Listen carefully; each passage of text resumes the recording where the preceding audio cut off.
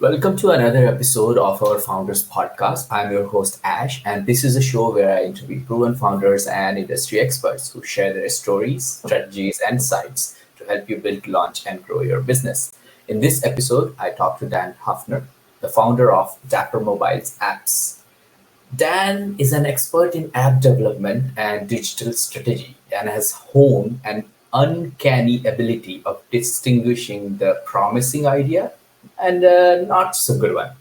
He understands how a well made app can be a powerful tool for marketing, fulfilling orders, and generating sales or leads. Dan is also great at explaining these concepts in a straightforward way, making the process easy to understand, and he brings this knowledge to this show, helping others to see how everything fits together. So I hope you enjoy the show. Dan, welcome to the show. Hey Ash, thanks for having me. Appreciate coming on. Great stuff. Do you have a favorite quote, something that inspires or motivates you that you would like to share with our audience? Now, when you say code, do you mean like computer code or you mean like a life code? I mean, like a quote. Sorry for my thick accent. No, it's funny. I mean, that's kind of been the epitome of my career trajectory is kind of the anti-code, right? Is using no code or low code tools to actually build stuff. So I would say none would probably be my final answer. Okay, not bad. Well, sometimes it's helpful to open to everything, isn't it? Yeah, exactly. Great. So tell us about your agency. How does the service works? Who is it for? And what's the main problem you're helping to solve? Yeah, so like I mentioned, it's been this growth and this eventual niche figuring out of how do we bring real results to people who just kind of need some things. It's funny, I actually just got off of a meeting with someone earlier who said he had found me through some kind of social media thing. Said, hey, I've put 30 grand into this application that I've built. Got a few people to sign up, but the developer was overseas. There's a language barrier. Has been flaky on me. Didn't really finish the things that I wanted to have done. And I just, it's just, I don't know what to do at this point. It sucks. I don't want to start over, but I don't want to.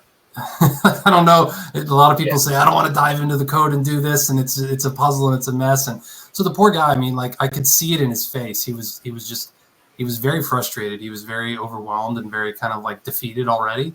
And that's really what I hate to see happen, And I was kind of along those lines when I first started because luckily I didn't sink 30 grand into something and end up with nothing. But I had things that I wanted to bring to life and apps that I wanted to build, but I didn't have that kind of money.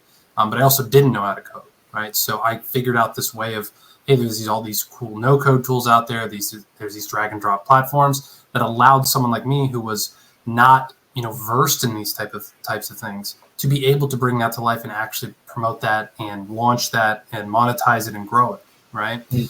So that's really what I decided to then start doing was to say, hey, like I could build a service around this to help other people like me to avoid what that guy just went through, right? To avoid sinking 30 to 50K or even more into something that you just end up where you can't manage it, you can't fix it, you don't know what it works, and then you end up having to hire someone just as expensive, if not more expensive, to continue to maintain it and fix it and do all this type of stuff. That's just not fun for anyone involved, So that's really kind of the big underlying problem that I've learned to kind of solve with all the different people that we've worked with and different industries we've worked in, because we don't actually work in any one kind of particular niche. It's not like we do, fitness people or business things or B2C or B2B or whatever it might be. We've worked in a lot of different niches and industries. And the reason for that is because there's always a new problem to solve. There's always a new tactic to kind of take, and everyone kind of wants their own different thing custom built for what their particular problem is inside of their particular business. So it's very hard to have something that's very cookie cutter to say like, yep, here, just plug this in and go. I mean, there's a place for that, but overall, it's very boutique. It's very bespoke, right? I like to use those two B words of bespoke and boutique. Well, let's talk about what are you actually facing? What do you need help with? Maybe you don't even need a whole application. Maybe you just need some automation. Maybe you need a chat bot. Maybe you need just different things like that, right? So that's kind of the essence of how it evolved. Great. And I couldn't agree more with you on this burning of your fingers with overseas developer because I used to hire quite a lot of people overseas, and what used to happen is I always used to get this response, this affirmative, positive response. Oh, we can do it. We can do it within the time. And then the moment they start doing stuff, and I'm not blaming anybody. It was my fault. I'll take all the, blame for it. But whenever I used to get the end product, it was not like what I was expecting it, or I was like defining. And then I started doing these wireframes for them, and then like these Canva pictures. And sometimes I literally used to scribble on my iPad and used to send them this picture saying, okay, this is what exactly I want with the color and everything. And after some time, I realized that it's not worth it, because you end up spending so much of your time plus money that if you combine it together and pay somebody who's like local to you or understand what you're trying to achieve, it works out better, in terms of return on investment. So I'm kind of your ideal customer persona in that sense. Like I burn my hands a lot, so I understand. So tell us more about. Is it just the first bit where you develop these apps for your customers, or is it like the whole journey, like getting customers, getting traction? How does it all work together? Yeah, and just to add on what you said there before, that is one of the banes, I think, of the existence of kind of hiring a freelancer, hiring an agency, and you have a vision for what you want to build in your mind. And I tell this to people all the time. I'm like, it's yours. It's your thing. It's not mine, So it is very difficult. That's why I think a lot of times we spend a lot more time in that initial building and designing phase to make sure it's like, this is what we're actually going to build, is something that's going to be, very close to what you like. But at the same time, I really try to do, and I've learned this over the course of the years, and this is just wisdom that I've learned, is to get a feel for people when before we actually bring on a contract or sign something, to know, like, and I kind of ask these questions in a more roundabout or direct way, like, how flexible are you? Like, how, like, do you have to have it the exact, like, how controlling are you of this thing? Like the song "Hold On Loosely But Don't Let Go," right? Because if you cling too tightly, you'll lose control. I got it rocking in my head now, so I'm gonna be distracted, but. But no, because you have to solve the problem of whatever it is you're building, and and sometimes if people get so, I've seen this happen more times than not. People get so attached to what it needs to look like and what it needs to function like and how it needs to, like, more of the visual aspect of it, which is very important. Don't get me wrong. But to be more prioritized on that rather than like it actually working and solving the problem that people are paying you to have this thing solve is not good, So I just wanted to add that piece there. And then what was, can you remind me, can you say your question again? So I was just wondering, like, is this just the only development service, or is it like the whole package? Yeah. Good. Thank you. Yes. So we work a lot with early stage people, right? So whether you have something that you already have wireframed out, like you have, or something, even if you just have an idea, like, hey, Dan, I got this wild, cool idea for this sweet AI thing that's going to, like, tell me when to water my flowers, or, like, I don't know, something silly, So that's really kind of like where we can insert ourselves into the equation. But that being said, we've worked with a bunch of different people to where you know, okay, we got the thing designed, we got the thing built, we launch it. Now you want to take it, and you're an expert marketer, and you want to go hire an agency to run ads to this thing, or do funnels, or do whatever. Okay, great. Go off and do your thing. Rock on with the bad self, right? Or we can also do that and kind of come on and be that back end support to that, right? Which is not in the development realm, obviously, right? So that's the differentiation that I like to say, like I've kind of built over time. Was I would hand over these awesome apps and awesome software to people that they wanted built, and then they're like, oh my god, I can't sell it, I can't do this, I can't do that, I'm not getting traction. Okay, well, we can build systems for that. We can build waitlist systems. We can build webinar sales systems, ads, whatever the case might be, even to just get that initial traction, to get those initial sales. We don't tend to work with people to scale them up to, 6, 7, 8 figure type of things. But to get your initial $1,000, to get your initial $5,000, $10,000, whatever, like we can do that. That's not a problem, right? So that's really more of what it tends to be, Right. And have you, so during the course of getting these systems up and building this apps with the no code, would you be open to share what kind of tools you use, what tech you use with our listeners? Sure. Yeah. So, the tech stack has obviously grown and gotten more convoluted and complicated as time's gone on. But so for the actual application builds, the software builds, like I said, we use a lot of different no code tools, right? So those are platforms like your Bubble.io, your Dalo, your Flutterflow. We've even used, there's a really cool one out there called Good Barber. For like more simplistic content-based apps or e-commerce types apps or things like that. So you have where's your actual software built on? So you have whatever that platform is, and we try to be platform agnostic too. Because I remember when we were first starting out, we were trying to just shove everything into one, and then that didn't work, right? So it's like, well, maybe Bubble's going to be better for you. Maybe the Good Barber one's going to be better for you. Whatever it might be. So you have that tool. Then we also use one of the big growing softwares out there called Go High Level, right? So we took that and we kind of rebranded stuff and built our own systems into there, snapshots, all those types of things, where you can do the funnels, the website, the messaging, the automations, all those types of things. So we can kind of tie that into that. And then we have that middle bridge that connects the two, which is something like a Zapier or Make.com, things like that. So there's usually that. And then if you have any payment structures in place, obviously we'd like to use Stripe. That's the one that we definitely, advocate for. I recommend it to everyone, whether you like them or hate them. I know people started to not really like them a lot. It works with everything. They're integrated with everything. It's like the easiest thing to just click, log in, integrate. It's so much easier than a lot of other ones that I've found.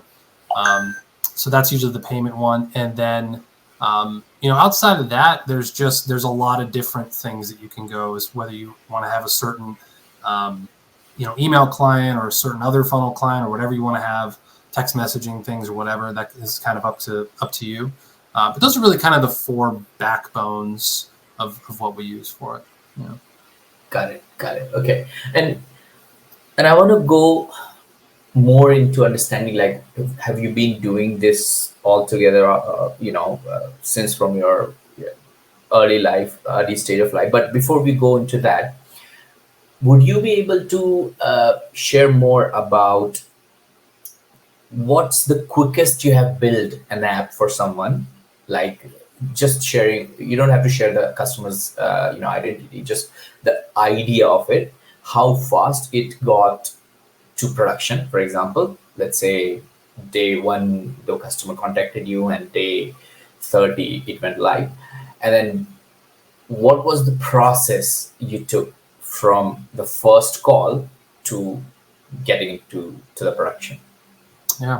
I will say, I think the record was just over 2 weeks. That was an exception, though. I will say that. I will preface that was an exception. It was the month of December, and she wanted it to go live on January 1st. Right. And I think it was around the like the 11th or 12th or something like that. So it was a little over 2 weeks that we were able to get it turned around. So I will say that was an exception. That was actually one of my very first clients. So I really wanted to like knock that out of the park and be like, all right, we can do this. But it also was very simple. It was a meditation type app. She had all the content ready. She had all this stuff. It was just like, hey, send it to us and we'll get it uploaded and do this kind of stuff. So we did a lot of it was like you said, like the Canva, thumbnail creations and different things like that. So yeah, but that was pretty much the record. Now I will say more recently, it's been about 30 days for even like a complex multi-screen type of platform, like a SaaS platform. That one was actually very interesting because that was someone who had originally come to us last year and went through the whole process, got estimations, quotes, whatever. They ended up going with someone else, which was fine, no problem. Came back in a pinch, just like the guy said this morning, and said, hey, look, this did not work out. You were probably about twice as expensive as this guy, but they just screwed it up every possible way. It's not working out. Can you do this for us? We need this live in a month. And it was like, sure. The price went up a little bit, I'm not gonna lie, because obviously it was like, well, okay, we can do this. We got to drop, we got to reprioritize and do some things, whatever. But if you're good with that, okay. So that was basically an onboarding call, right? Of like, hey, they did a really good job of breaking down the requirements. They knew like, hey, there's going to be 3 roles in this application. You got your admin role, your intermediary role, and your user role. And here's the requirements that each one of them needs. So usually I walk people through that if they have no idea what those types of things are. But they were very good. They had a whole document put together, a whole kind of like wireframe thing put together. I was like, all right, like this is, but they had already gone through that with the previous people, right? So that was really good to be able to put together basically our spec sheet. So we kind of go through that, put together a specifications sheet that kind of has all of those different things of saying, it's almost like a checklist. So we can all go back and say, hey, this needs to be able to happen and we can prove it. That's kind of a throwback to my QA testing days. I was into I was a quality assurance manual tester for a contractor for the Army. That's what I was actually thinking to ask you. Like what was Dan like before starting this, no code agency of app development? What was like? Can you take us back to your roots and share with our listeners about your upbringing, your childhood? How did your early experiences, your journey, and eventually led you to become an entrepreneur? Well, yeah, it's a very interesting thing because it had nothing to do with it when I was a kid. So I didn't even get into. I remember literally saying in high school, I'm not going to have a job where I work behind a computer, and here we are. But no, I grew up in a small town outside of Erie, Pennsylvania, called McCain. It's kind of by Edinburgh University. There's Edinburgh and there's McCain there for anyone who knows. So it's a very, very small town. Like the town literally has like one blinking red light. Like that's pretty much the extent of the town, like downtown area. Yeah. So I grew up, grew up on a farm actually. Like my grandmother owned a farm and we, I helped hay. I was very allergic to hay, but I would do it because it paid $5 an hour cash when I was a kid, which was awesome. That's amazing. Even though I would end up with like all the scratches up my arm and I'd sneeze my head off, I would do it because I was like, well, I want money, so I'm going to do that.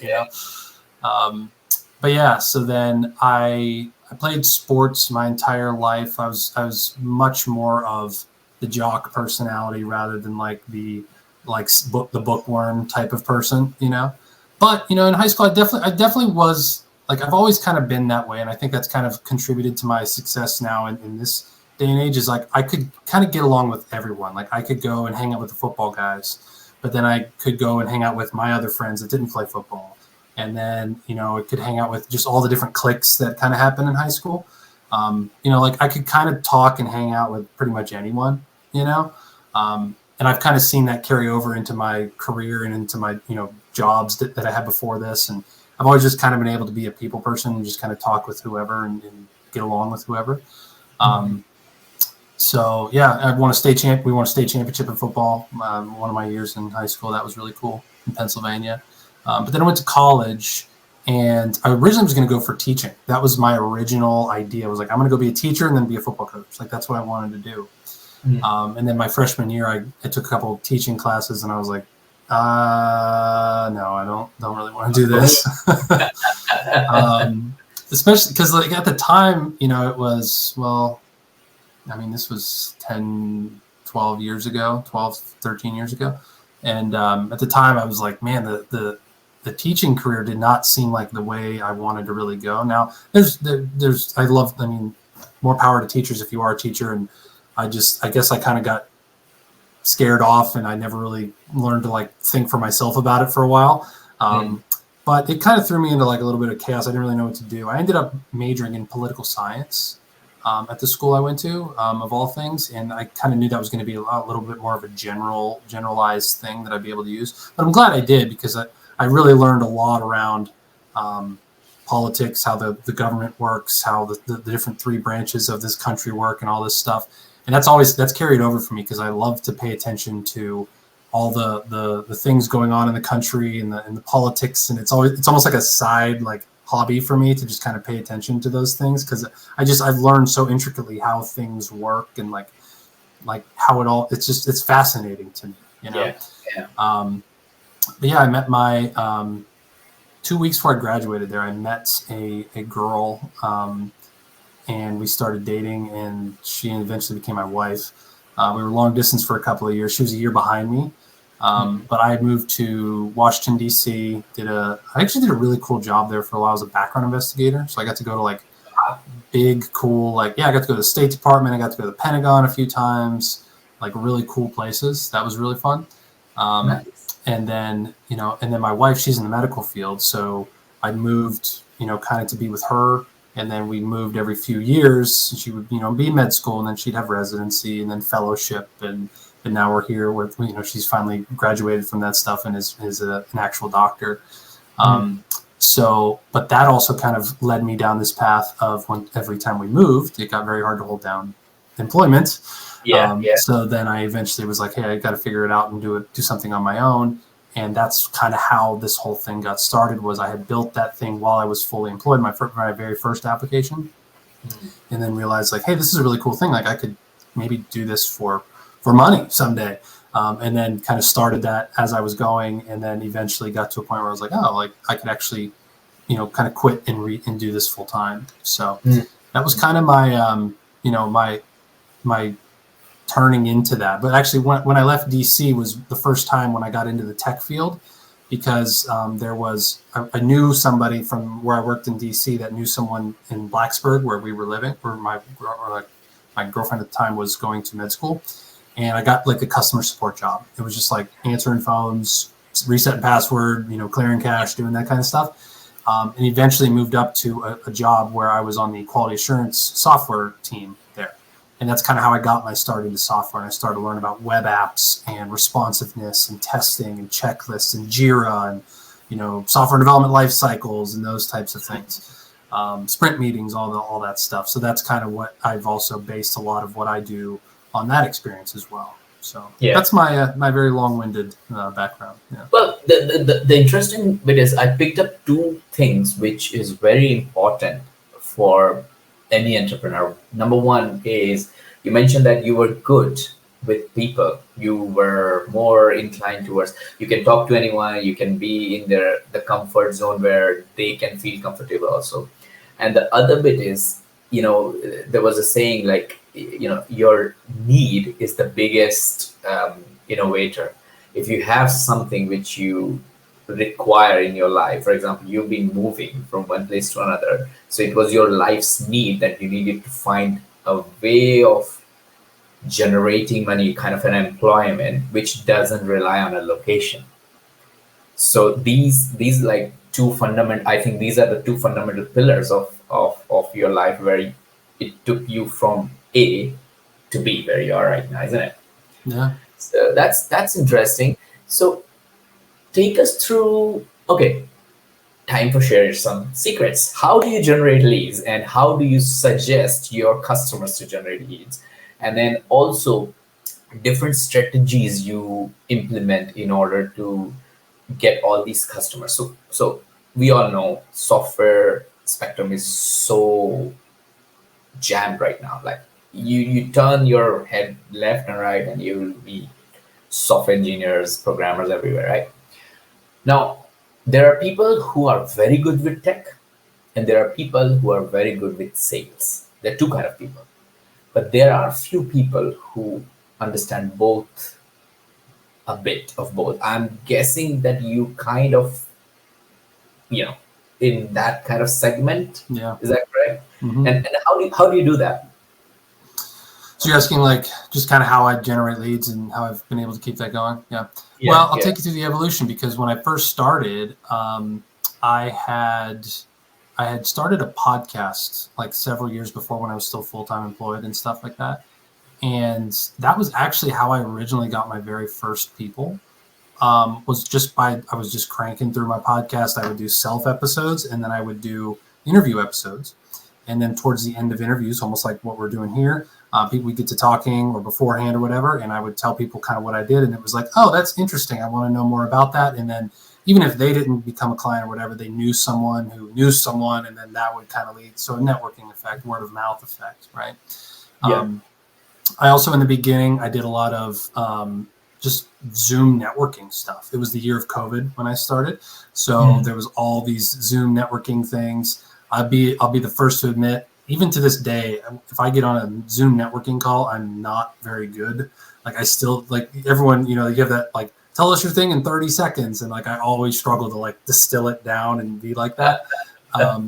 But I've also learned that like if I can kind of be this type of podcast, Dan, where I'm like I'm outgoing, I'm loud, I'm just like smiling, like people are attracted to that, so it like kind of lets you stick in the mind of people. So definitely word of mouth, definitely some networking things, and then as I've gotten bigger and grown, obviously you can't just rely on those types of things, but that is where the bulk of business came from for a very, very long time. Like, don't get me wrong, right? But now there's, I'll be honest, I do not get a lot from social media. I really do not. I've tried a bunch of different things. I still put out some content here and there, and I'll just share things. I'll share my podcast. I'll share whatever. Yeah. And it's led to some success, but honestly, not as much as I would think. As people like you to think, like, oh, post this, and then you'll get 1,000 leads. And it's like, well, doesn't always work that way because a lot of my, friends count is just friends and family. It's not like my ideal people, you know what I mean? But that's helped here and there. But one of the big things that works for me anymore is, so there's all these platforms I talked about, like Bubble, like Adalo, Flutterflow, whatever. So when those platforms crop up, what they'll actually do is they'll have a little tab at the top or somewhere on their site that says Marketplace, right? And what those usually are experts of people who have used the platform or built templates for it or know how this software works that you can then hire, right? So I've gone on and listed Dapper mobile apps on many of these platforms, right? And that is one of the single best sources of leads that is completely free that has ever worked. So if you do have some kind of agency, you have some kind of even freelancing, whatever, I highly recommend get on those and really optimize that profile. Because even like the past week, if there's been, it's not like you're going to get thousands of leads, but even in like the past week, I look back and there's been at least 3 or 4, almost one a day that have turned into like solid leads. Like there might be a new one coming through next week that'll be an actual new close for that. And I spent $0. That is interesting because usually a lot of founders, they spend hundreds and thousands of dollars just to put their advertisement on the social network, which doesn't really work out for them. Whereas this strategy is not so. So I'm sure that you had to learn these platforms first before getting your profile on them, right? Yes. Yeah. And then what is the process of getting? I don't think so. They just have anyone and everyone to be there. It has to have some kind of like a approval process or something. Most of them, yes. Everyone that Yeah. I've been through, at least, there's some kind of form, or even like a jot form they have, type form, something like that, where you submit your information. And I mean, the cool thing is usually you're approved, because if you can show like, hey, I've built this on here and done this or done whatever, those are usually done. And I mean, I think about other people in this situation, like go build some things, go just build a few things and have a portfolio, Mm. and then you have that to lean back on. Like I never had a huge portfolio when I was submitting to these things because I was still in the process of that stuff. But then I would go find, I would even, I could even take someone else's template that I found somewhere and kind Mm. of change it, manipulate it, add some things, delete some things, but make it my own, but kind of use 80% of what someone else had built. And then I was able to say, hey, like I built this, I did this, right? Was it, I mean, was I pulling someone's leg a little bit? Maybe, but I wasn't lying. Like I made it my own. Like that. So Yeah. that's Yeah. another thing I'd like to really tell people too is a lot of when I started out, I was very into the world of white labeling, Mm. especially with like the go high level stuff now. Like that's a white label thing. Like I love the world of white labeling because it allows you basically licensing someone else's software, right? Yeah. Yeah. And you can move so much faster. Like you can for someone like me to build like a go high level or a ClickFunnels or a WordPress or something like that to say, hey, this is my platform that I built and I own and I do whatever. It's going to cost you so much time, so much money. If you can find a solution that you can white label, whether you pay a monthly fee, an annual fee, or whatever, and just go, oh man, I recommend it. That's what I did. That's what I originally did with the Good Barber software. That Mm. was the very first platform that they're like, hey, you can white label our platform for a couple $100 a month. I was like, sweet, let's do it. And then I would go out and I would post things online. I'd say, hey, I can build you this app, and I would use their materials. They give you materials to say, hey, use this in your marketing. And I would Awesome. say, hey, I can build you this. And then somebody's like, how much does that cost? And I was like, glad you asked. Let's have a call. And then boom, you charge them, and you don't even need revenue share. Yeah. So I'm a high proponent, a very, very strong proponent of white labeling. Yeah. Yeah. And through these interviews, I learned that every single founder or an entrepreneur have these kind of different strategies nowadays. So recently, I interviewed somebody from Mumbai, and this guy is in a university right now, and he works with his co-students who is like learning in his university, and they created this agency, and their USP is they develop a MVP within 45 days, which is I highly doubt because every app or every idea has to go through this rigorous process of getting all the requirement jotted down, and then once that's jotted down, but the thing is they use this tagline to market themselves. Now what clicks is, okay, if you get your MVP done in 45 days, you at least will look at it and say, oh, maybe at some point I have like tons of idea in my brain, like maybe at some point I just want to know how much it costs, and then there you go. If it costs under my budget, why don't I? And again, as you mentioned, putting your profile on these platforms, basically not you're not just promoting the platform is promoting you, so it's like win-win for both, right? So it is this is how the founders figure out their USP, their edge, and then make themselves sort of more available for the wider audience in the world, isn't it? So talk to us more about. So we learn how you generate leads. How do you help your customers to do the same? For example, I run a SaaS business, Art Circles, which is for a community. You can create a community there and then just add people over there and then just make money out of it. How if I come to you as a customer, what is the process you will take me through from creating the app, getting the traction, and potentially get my first 10 customers? Yeah. So I will say that is something that I've tried to avoid for a very long time, right? And the reason was it was like, okay, we'll build you the thing, but I'm not going to help you market the thing. I'm not going to help you go do this thing, right? And then I saw enough of that to see like, I don't want to feel like I'm just doing this for people, because it's like there's so many ways to do it. Like there's so many ways to get leads for your SaaS. There's so many ways to market. There's so many ways to do stuff, right? So I'm glad you actually got this, because this is probably going to be exclusive for you. So what we're actually doing, I'm running through a beta program test right now with a handful of our clients. So we went back to the drawing board. We're like, okay, like if we were going to do one thing to actually go out and grow this app and sell this software and do these types of things, what are we going to do?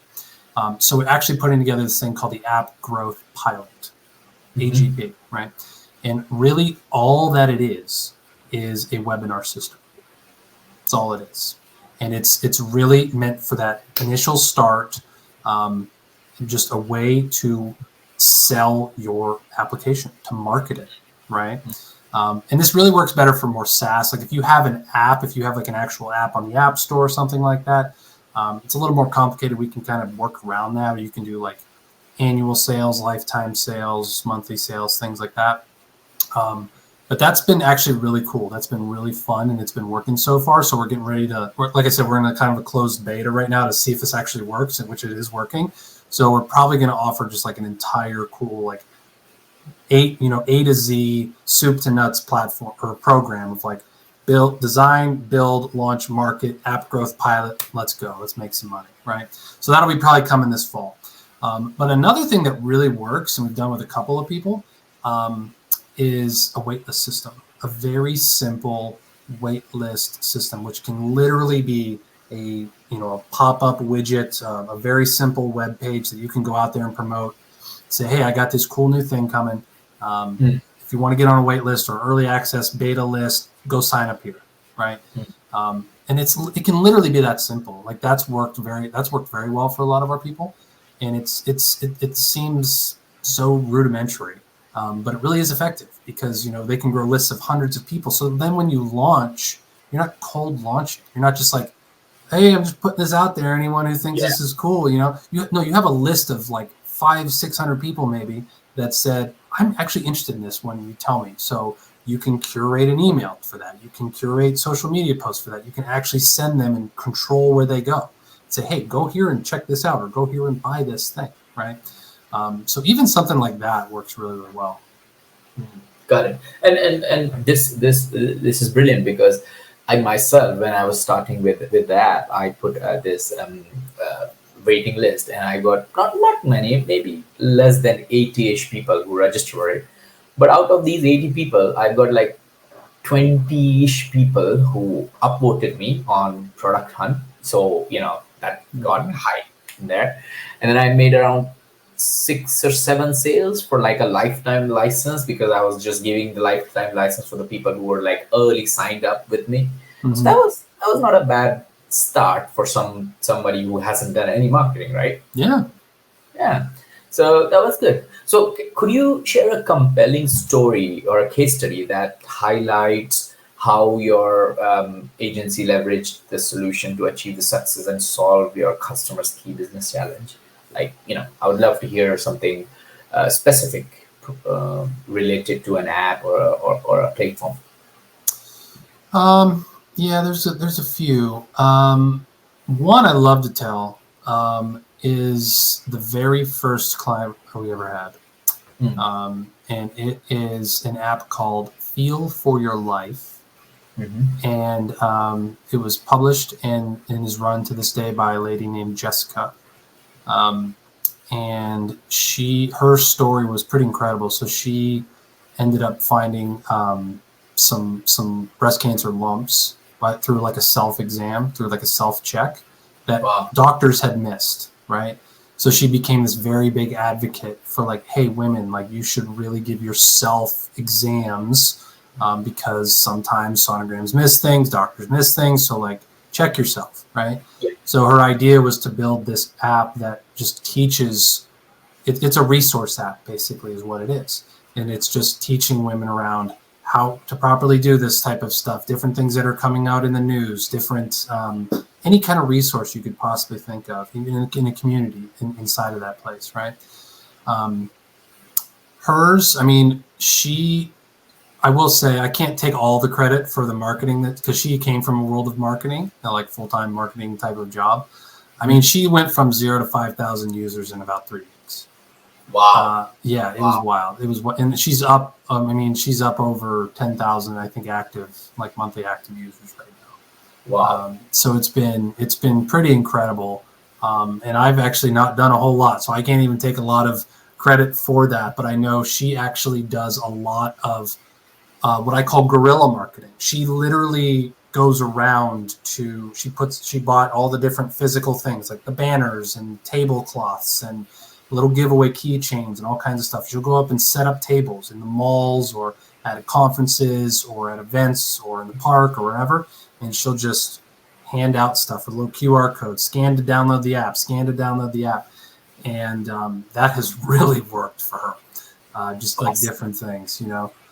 So that's one cool one. And then the other one is kind of what prompted this whole app growth pilot to take place was, you know, we had someone that came to us and he wanted to build this kind of SaaS marketplace for this thing. We built it and we launched it. And he was like, I got this whole list I'm going to launch it to. It's going to be awesome.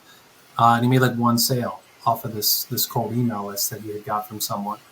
And it was just like, he was very dejected, very like down about it, like didn't know what to do. He was going to like, I just wasted all this money. I'm not going to, do this anymore. And that's kind of been the inspiration behind this app growth pilot thing. So he's really been kind of tweaking it and changing it and going out there to people. It's still in the process, actually. It's not a finished story, so we'll see where it ends up. But he's been getting a lot more people signed up, a lot more traction with it since he's kind of gone back out there. And I was encouraging him the whole time, don't get me wrong. Like I was like, hey, you should go talk to people and you should actually like get some real feedback and stuff. Oh, yeah, okay. I was like, all right, fine. But he's definitely making progress and getting, and kind of really turning that around. So that's been kind of the inspiration behind what we're doing now. Yeah, both sides of the coins. We need to learn from both sides of the coin. Yeah, That's great. I'm enjoying this conversation so much, Dan, that I don't want to end. But we are limited with time. So yeah, so I've got a quick fire round where I've got 6 questions for you. So answer them as quickly as you can. You ready? Let's go. Great. Number 1, what's one of the best piece of business advice you have received? That business is all about sales. Without sales, you don't have a business. True. Up to an instant, actually. Even if you look at Microsoft, if you look at Apple, both the founders were better salesmen compared to better, I don't know, techies or geeks or. Well, we all fall in love with our stuff, right? And then I do it too. I find myself falling into traps where I just get so caught up in like the things I have to do, and I'm like, crap, like our revenue's going, like I need to sell more, So like just sales is the lifeblood of business. Yeah. What book would you recommend to our audience and why? There's a lot. I'm a big audiobook guy. There is one actually. I've not finished it, but I will recommend it. Jordan Peterson, 12 Rules of Life. I think I'm through like 8 or 9 of the rules, and it's been very, very interesting. It's a very long audiobook, but gosh, that's got a lot of. He's kind of hard to understand, hard to follow sometimes. He's very dense, but that's a very, very good book. I have heard about him online with these controversial interviews he has done. Yeah. I've heard those interviews on YouTube, and I've got intrigued about his book. But good that you mentioned. I'll put it into my list. It's a very good, very, very useful rules. Very useful rules for life. Great. What's one attribute or characteristic in your mind of a successful founder? There's a lot. I know this is rapid fire. To me, I think the first thing that comes to mind is just grit. Being willing to push through failures and come back and there was one quote I heard one time. It was like, I forget who said it. It was, success is, or no, it was Winston Churchill. That's who it was. It was success is going from failure to failure without losing your enthusiasm, because it's very easy. I've fallen into that trap of losing enthusiasm, getting down on myself, beating myself up.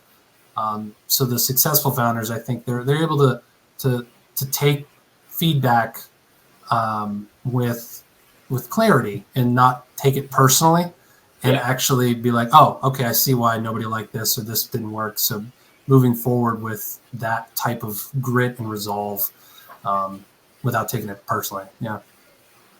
Got it. Got it. Great. And what's your favorite personal productivity tool or habit? My personal favorite productivity tool. Well, I have one that it's a little bit like a Trello type of board, the Sauna type of thing, Kanban, just like what's in progress, what's to do, what's done type of thing. Yeah. But habitually, my favorite productivity habit is, and I don't do it all the time, I will admit, but planning my day the night before and Mm. setting up like, hey, what are the 4 main things that I need to get done tomorrow? Instead of doing that in the morning or at 10 a.m. or 9 a.m. or whenever it might be, um, setting that the night before gives me so much more, like I can sleep better. I can kind of just like be like, okay, I know when I fire up my computer tomorrow, I know what I got to do instead of figuring Yeah. out as I go. Yeah. Totally agree. I do that with my small notebook, and I'll put it into it before going to bed. I have to do it more often though. Yes, it's hard to do every day. It is. Great. What's a new or a crazy business idea you would like to pursue if you had time and money? Well, I've been in the process of doing that. I did start and launch this new business called Trophy Makers, which is in the taxidermy space of all things. It has admittedly not gone as I'd expect, and this is kind of the process of being the founder and taking feedback for what it is. Because one of my ideas with it was, I don't know if you're familiar with the world of taxidermy, but it's like mounting and stuffing deer and animals and things like that. My dad does it as a hobby, that's or in a side business. So that's how I got into this. But my idea was, okay, you have all these cool augmented reality things, virtual reality type of tools, right? What if there was a way to be able to see a sample of like a life-size moose or a bear or an alligator that was like mounted in front of you in augmented reality, using like your phone or like an Apple Vision Pro or like whatever, like Yeah. that type of thing, so you could really study and learn and become good at those things without having to actually need those specimens. Like I could learn how to mount Asian and African pieces being here in America without actually having to go and get those types of things. Mm. That's one thing I've always had in the back of my mind to expand with this. I think that'd be so cool. I just think that, like, to be able to just like study a bear in your living room, I think would just be like the coolest thing ever. That's my little one. Yeah. If you make this app or this solution, just to give me a heads up, I will put a tiger in my living room and study. Hell yeah, that would be awesome. Yeah. Great. And the last but not least, what's an interesting or fun fact about you that most people don't know? Oh, I sound like my wife. Interesting or fun fact. I gave you the the one that we were state champs when I was a kid and stuff. But I think an interesting or fun fact about me. Gosh, I mean, we do have, my wife and I, we do have 3 dogs, which is kind of an interesting and fun fact. Like there's actually 2 little ones and 1 big one. So they actually it's not like they're all 3 big or 3 little or anything like that. And I'll actually walk all 3 of them at once. That is a incredibly hard skill to learn. When you have 3 leashes every which way and you're like walking down the street and they're like going behind you and you're doing this and doing that. That's been, I make it look easy though, I'll be honest. It's so yeah, that's probably my fun little fact. What are their names? Lily, Chico, and Jack. Awesome. Yeah. I love all these names. Short and they're spot on. Great Yep. stuff. Dan, thank you so much for joining me and sharing your story and Yes. backing your last years of building this business and some of the ups and downs. If people want to check out or contact you, what's the best way to do? Yeah, go to dapperNoCode.com. That's it. No hyphens, no anything like that. Just dapper.nocode.com. Awesome. And what about you if they want to get in touch with you? You can connect with me on Facebook or LinkedIn are probably the two main places where I hang out. Perfect. Perfect. Dan, thank you so much for joining us today and sharing your inspiring journey and the impactful work you're doing in the no code world. It's been an absolute pleasure having you on Founders Podcast. Thank you for having me, Ash. It was a really great conversation. I really enjoyed it. Thank you so much. Great. Thank you all for tuning into this episode for Founders Podcast. I hope you found our conversation with Dan insightful and inspiring. If you want to get in touch with him, go to his website or search for his name, Dan Hafner, on LinkedIn and connect with him. If you are a founder or an industry expert interested in sharing your story on podcast, please don't hesitate to simply reach out. Email me at ash@artcircles.com. Stay inspired, stay motivated, and keep building.